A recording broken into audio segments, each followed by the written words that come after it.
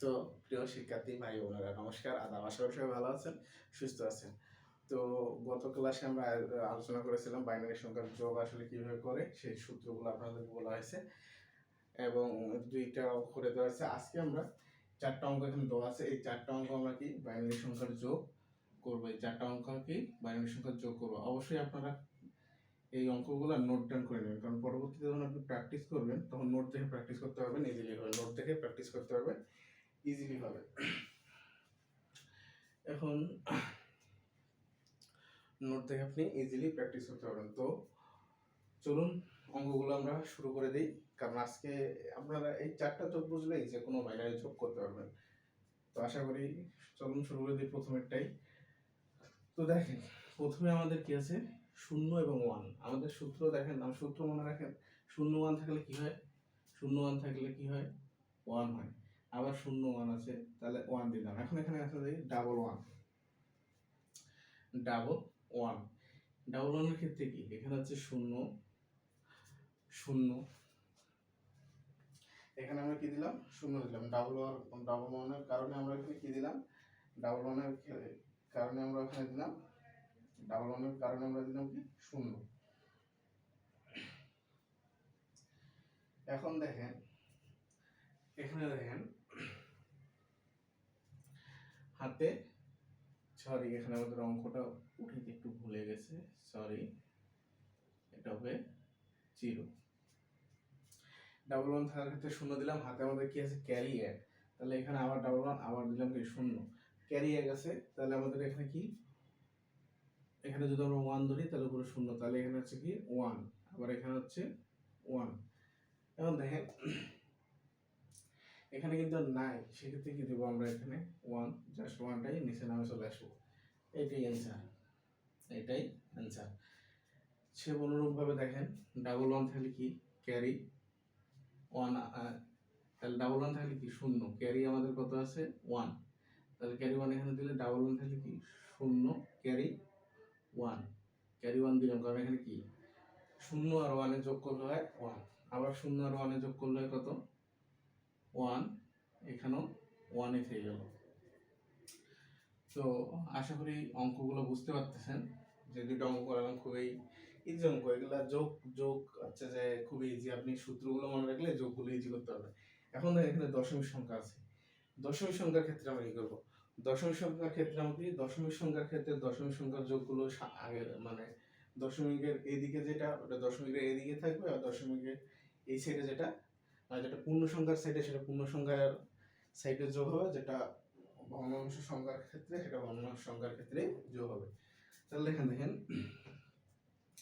0 1, 0 1 এর ক্ষেত্রে কি আছে 1, এখানেও 0 1 এর ক্ষেত্রে 1, তার দিয়ে দশমিক দিলাম। তারপর কেমন ডাবল 1 আছে, ডাবল 1 থাকলে কি 0, আবার 1 যদি এখানে ধরি তাহলে কত হচ্ছে 1।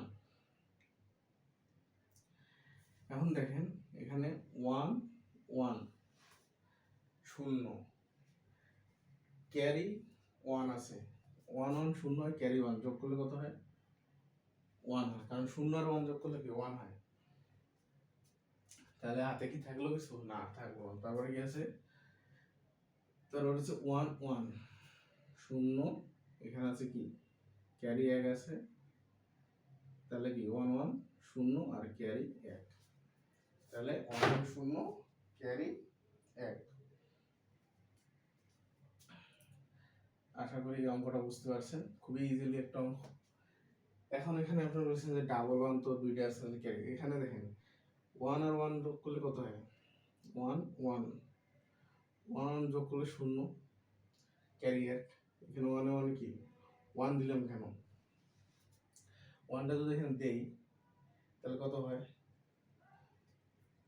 1, তাহলে 0 0 আর 1 হচ্ছে 1, আর এক 1 যোগ করলে কত হয়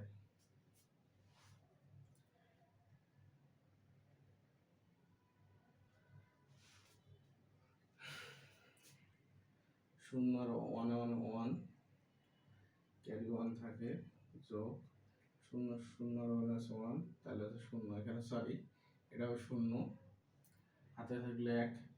এখন এখানে দেখেন 1 এ 1 হচ্ছে যে 1 এ 1 হচ্ছে 1, আর ক্যারি এ গেছে 1, তাহলে কত হয়? এখানেও 1ই হয়। এই হচ্ছে অঙ্ক। তো আশা করি এটা বুঝতে পারছেন। এবার দেখেন আমাদের এই অঙ্কটা 0 আর 1 আছে কি 1, আর এখানে আছে কি এখানেও 1 হলো, তারপরে কি 1 এ 1 এ 1, ক্যারি 1 আছে, তাহলে 1 এ 1 এ 0, ক্যারি 1 আছে, 1 এ 1 এ 0, ক্যারি 1। এই তো অ্যান্সার। আপনাদের সহজ একটা বাইনারি সংখ্যার সহজ একটা প্রশ্ন থাকে যে 1 যোগ 1 ইকুয়াল 10 হয় কেন, এটা ব্যাখ্যা করো। এটা আপনাদের প্রশ্নে আসে কি, এই ধরনের একটা প্রশ্ন আসে যে 1 যোগ 1 এটা ব্যাখ্যা করো, মানে এটা কেন 1 যোগ 1 10 হয়, 1 যোগ 1 10 হয়, 9 আর 1 10 হয়, 5 আর 5 যোগ করলে 10 হয়, তাহলে 1 আর 1 যোগ হয়, বাইনারির ক্ষেত্রে 1 আর 1 10 হয়। কেন হয় বাইনারির ক্ষেত্রে 1 আর 1 যোগ করলে 10 কেন হয়? এই দেখেন আপনাদের সূত্র কি আছে, 1 যোগ 1 ইকুয়াল কি 0, ক্যারি কত থাকে, ক্যারি 1 থাকে, তাহলে ক্যারিটা তো আর যখন আমি যোগ করলাম 1 যোগ 1 0, সামনে কিছু আছে, তাহলে আমার ক্যারিটা সামনে চলে আসলো, তাহলে কি 10। তো এই যে এই জিনিসটা আপনাদের অনেক প্রশ্ন আছে, অনেকবার একাধিকবার, যে 1 যোগ 1 এই শর্তটি মানে এটা সঠিক না ভুল এটা ব্যাখ্যা করো। আপনি সূত্র অনুযায়ী লিখে দিবেন, শেষ, যে হ্যাঁ এটা সঠিক। তো আশা করি প্রিয় শিক্ষার্থী ভাই বোনেরা আপনাদের যে বাইনারি যোগ গতকালের ক্লাস এবং আজকে ক্লাস করার পরে আর সমস্যা থাকার কথা না। তারপরে এটা যখন প্র্যাকটিস করবেন, বাসায় যত বেশি প্র্যাকটিস করবেন তত বেশি এগুলো আয়ত্তে আসবে। প্র্যাকটিসের বিকল্প নেই। আমি করাইলাম কিন্তু আপনি দেখলেন জাস্ট, বাসায় প্র্যাকটিস করলেন, তাহলে আপনি জীবনও পারবেন না, আপনাকে প্র্যাকটিস অবশ্যই করতে হবে। তো প্রিয় শিক্ষার্থী ভাই বোনেরা আশা করি বাসায় সবাই প্র্যাকটিস করবেন মনোযোগ সহকারে। এবং আমরা গতকাল আবার আগামীকালে যে ক্লাসটা আসবে, আগামী ক্লাসটা থাকবে হচ্ছে বাইনারি সংখ্যার যোগ কিভাবে করব, সূত্র সম্পর্কে ধারণা, না সরি বিয়োগ, কারণ যোগ আমরা করেছি, এখন বিয়োগ। তো প্রিয় শিক্ষার্থী ভাইয়েরা সবার সুস্থ কামনা করে আগামী ক্লাস দেখার আমন্ত্রণ জানিয়ে আজকে এখানে শেষ করতেছি। সবাই ভালো থাকবেন, সুস্থ থাকবেন, ধন্যবাদ।